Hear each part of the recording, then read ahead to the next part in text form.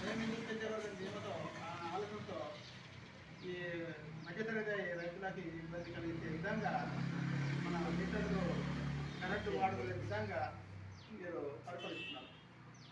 ఎందుకంటే మన బీజేపీ కొన్ని లక్షల కోట్లు అటు కేంద్ర ప్రభుత్వం అయితేమి రాష్ట్ర ప్రభుత్వం అయితేమి విపరీతంగా రేటు పెంచి గతంలో ఎలక్షన్లో ఖర్చు పెట్టింది ఏదైతుందో అది ఇప్పుడు సంపాదించుకుంటున్నారు.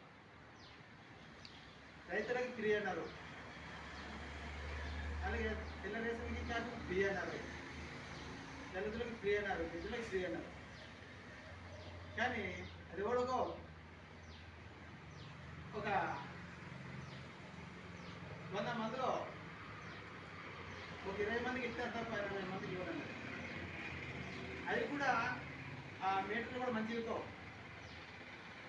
అది ఇప్పుడు గతంలో 160 రూపాయలు 170 రూపాయలు అలా ఉండేది. ఇప్పుడు 360 రూపాయలు ఉండాలి. చేస్తున్నాం ఇలా కూడా ఆ విధంగా తెలుసు. ఎందుకంటే ఆ కరెంట్లో ఈ రోజుల్లో కరెంటు కాలం అలగైపోయారు. గతంలో రైతులు ఏం చెప్తున్నారు, మీకు కరెంటు తిరిగిస్తాం. వీళ్ళకి మళ్ళీ అందులో కూడా ఏంటంటే చెప్పాలంటే అవుట్ సోర్సే వాడుతున్నాం తప్ప లెక్కలే చేస్తారు. అక్కడ చేసే ఉద్యోగస్తులు కూడా వాళ్ళతో సాయం జీతాలతో వాళ్ళు చేయాల్సి వస్తుంది. ఏ విధంగా సరే ఈ జనాలకి హాని చేస్తుంది ఈ ప్రభుత్వం. అందుకని ఈ ఉద్యమంలో మనం ఈ కరెంటు ఉద్యమంలో చేయవలసిన బాధ్యత ఎంతైనా మనకు ఉంది. దీంట్లో ఒక విప్లవ పార్టీలే తప్ప మిగతా పార్టీలు ఇవి దీనికి జోలికి రావు. ఎందుకంటే వీరంతా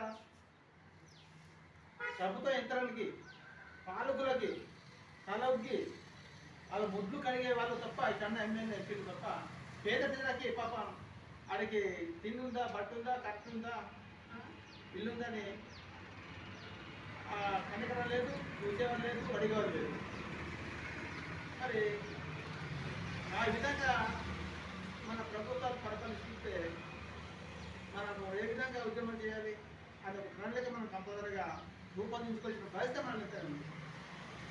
దాంట్లో జనాల్ని ఈ యొక్క అమాయకుల్ని అనేక రకాల తగ్గలు పెడుతూ అవి పెడుతూ ఇవి పెడుతున్న ఎలక్షన్లో రకరకాల హామీలు ఇస్తున్నాం తప్ప అవి మాటలు తప్ప చేస్తాను.